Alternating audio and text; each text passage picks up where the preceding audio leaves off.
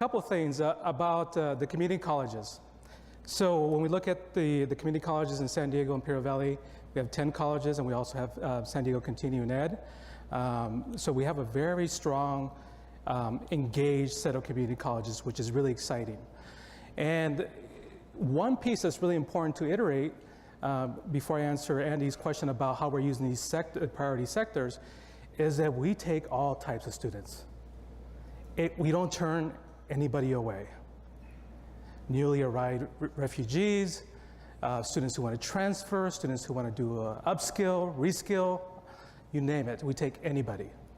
So part of the challenge is being able to focus and allow those students to choose a career path that's really meaningful, which is a hard job to start with, but also be able to promote career pathways to those students that allow them to actually get a living wage or get into a career field that is in high demand. So those are the pieces. As community college, as you heard the chancellor earlier mention, we are student focused. We care about our students. We take all types of students, but we're also a big system. So changing that system is a big challenge. But the priority sectors, so you have your priority sectors of information communication technologies, the healthcare sector, clean tech, advanced manufacturing, biotech, life science is what we call it, at least at many of the colleges. Those arrangements, that information that shows wages, that shows information of what jobs are available in the region, employers that are hiring in those areas, that is valuable information to us, and information that at the community colleges we take seriously. We can do much better. There's always information changing, but that's something that's very valuable to us. Case in point, so most recently, we had a career expo at one of the colleges, Grossmont College. That's not something special to Grossmont College. All community colleges have a career expo. They might not call it a career expo, they might call it something else. We had close to 100 employers and over 1,000 students go through that process to get familiar with the skills. As I did a welcome at that event, one student approached me and said, found out what I did at the college and said, "Why can't I get into that nursing program? I've been waiting to get into nursing." And so I got a chance to talk to the student and realized that after talking to the student that really what the student was passionate about was about helping, nurturing, helping students, helping patients. That was the focus. It wasn't necessarily nursing, but over a period of time, through K-12, through all the socialization that's taking place, nursing was the career that she wanted to focus on. And so we talked about the priority sectors, not necessarily literally. I didn't pull out that awesome chart that San Diego Workforce Partner has, but we do have those in our Career Center. And we talked about all the other options that are available. Respiratory care, cardiovascular tech, orthopedic, all these career options that which a student wasn't aware of, that if she chooses one of these paths, she can go into that path right away. She doesn't have to wait for another opportunity to come open.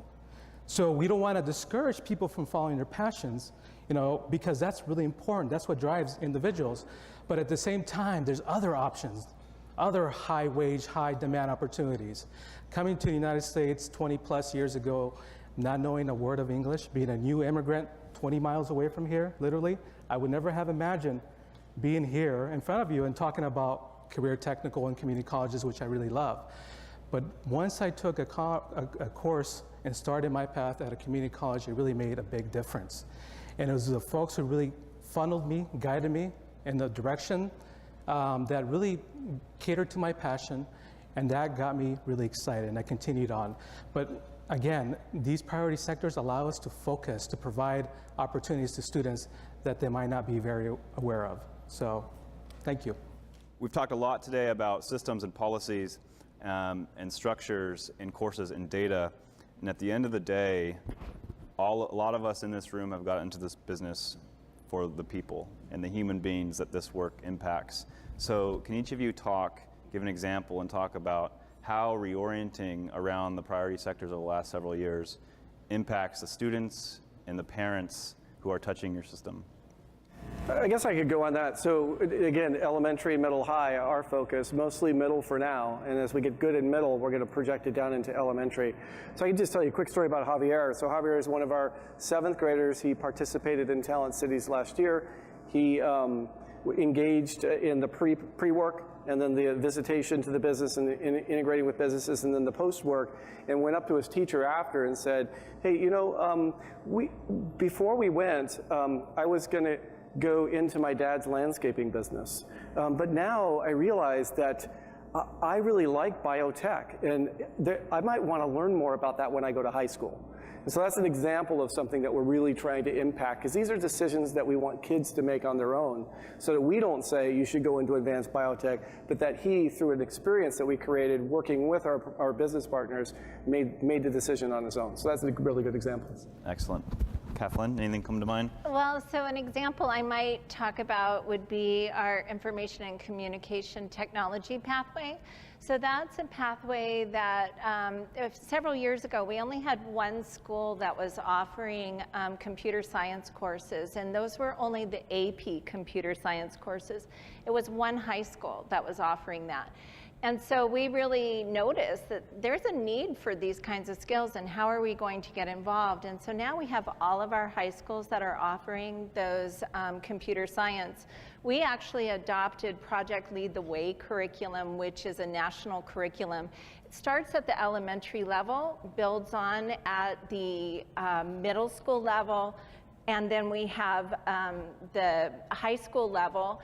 And we've just recently opened a pathway in our adult school, and then we've done kind of an integrated education and training program for our adult students who are ESL students, so that they are ready to advance in that certificate pathway program. So that's my example. For us, so a big focus that you probably have heard already is that we serve our local community. So we're 114 colleges, but within San Diego, we have 10 different institutions that try to meet those needs to get people to work. So this information, the priority sectors, ties in nicely with what has happened since then. The community colleges under the leadership of Dr. Cook have embarked on a significant transformational agenda in having the colleges respond to the workforce needs of their communities. So we're doing what matters, listing recommendations that address these sectors.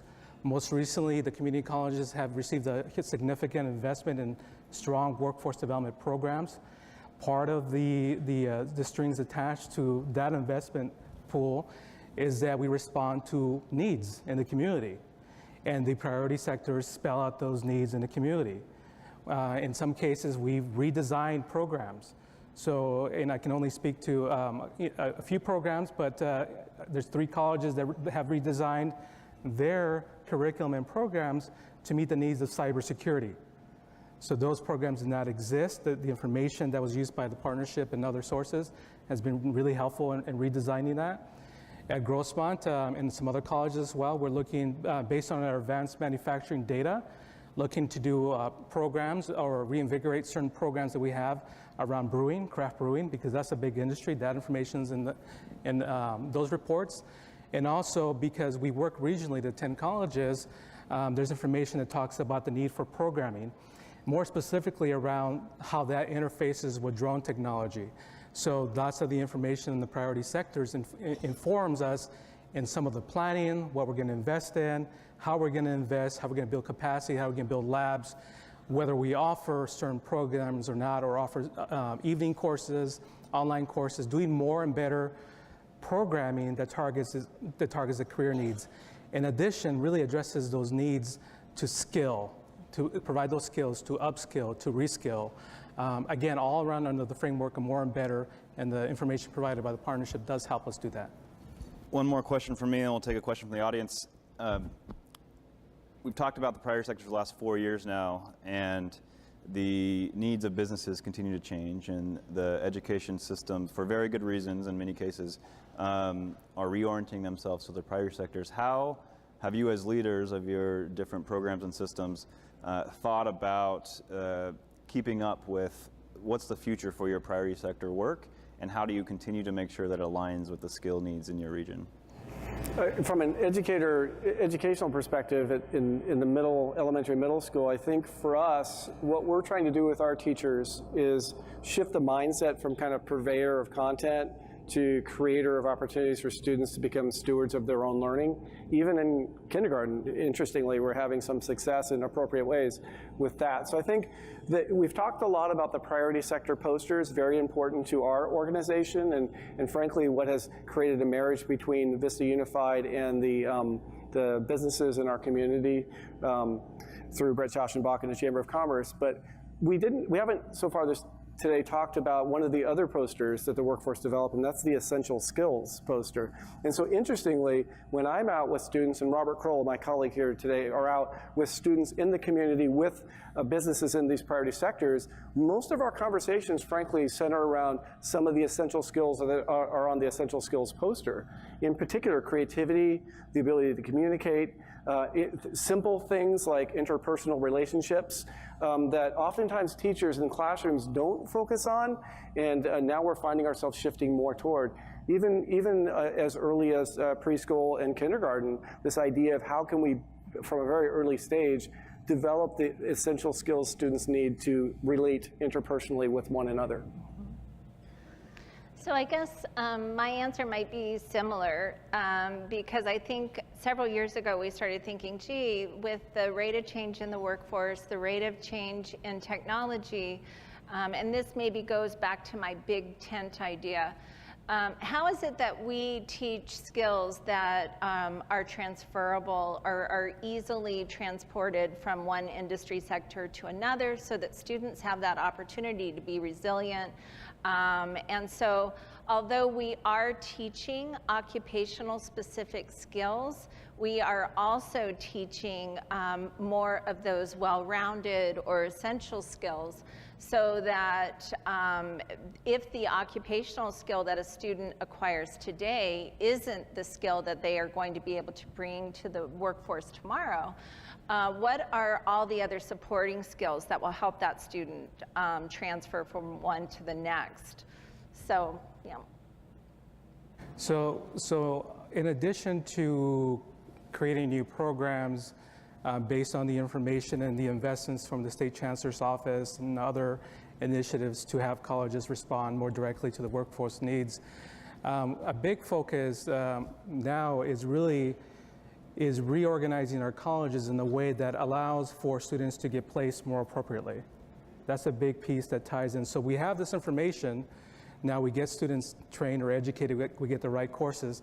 So the colleges currently are working on, you mentioned the reorganization or reshifting of the colleges.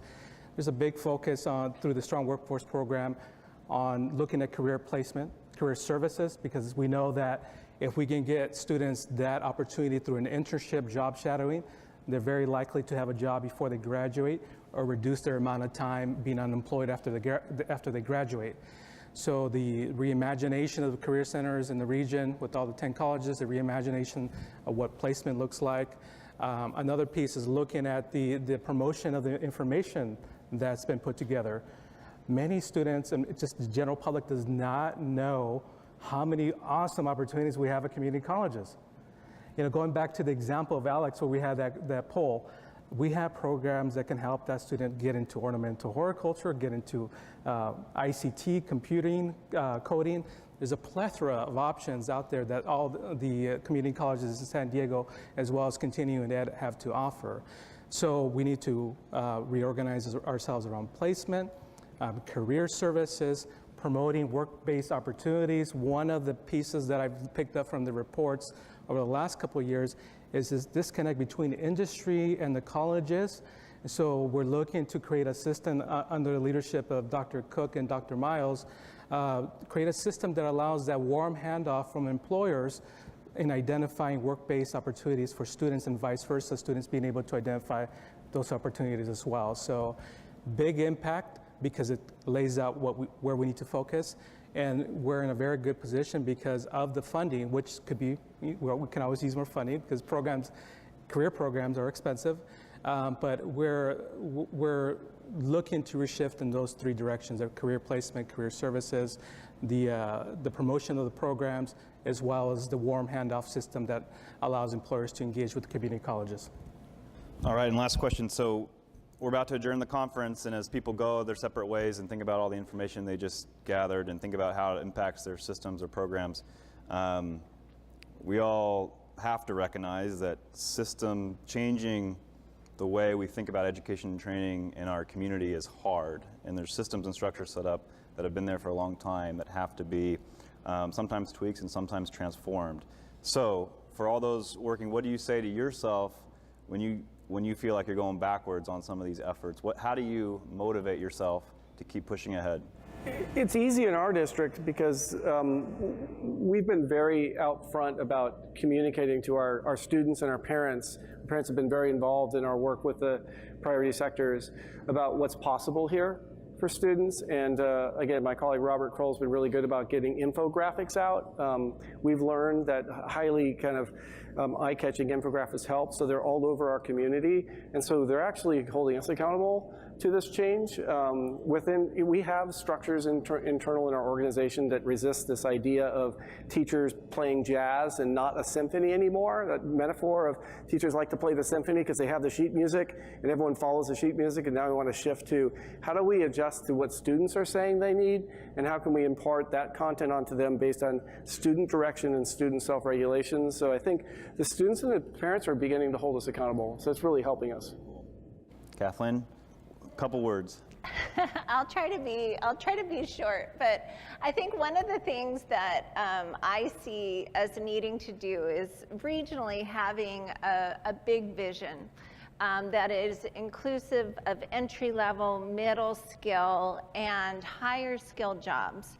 And then as we look at regional needs, looking at where somebody would start. So this is the whole pathway kind of mindset, but where would somebody start if they needed to work right away in an entry skill? And then how does that translate to a middle skill job? And then how does that translate to a higher skill job?